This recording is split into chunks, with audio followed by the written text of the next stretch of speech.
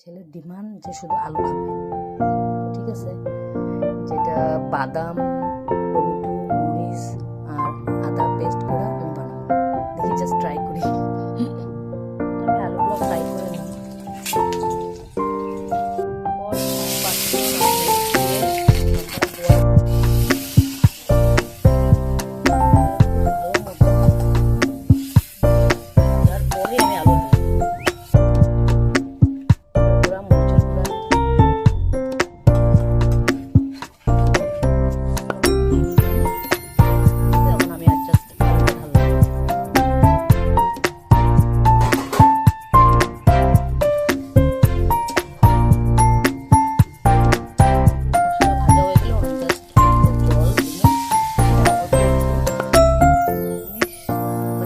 কিরকম হয়েছে আমার ছেলে খাওয়ার পর বুঝুক কিরকম হয়েছে। উপরে শুধু এই যে ধন্যবাদটা দিলাম, আর কিছু না। যে আলুর তরকারি কিছু আমি বানাইছি, আমি খাই দেখতে কিরকম হয়েছে।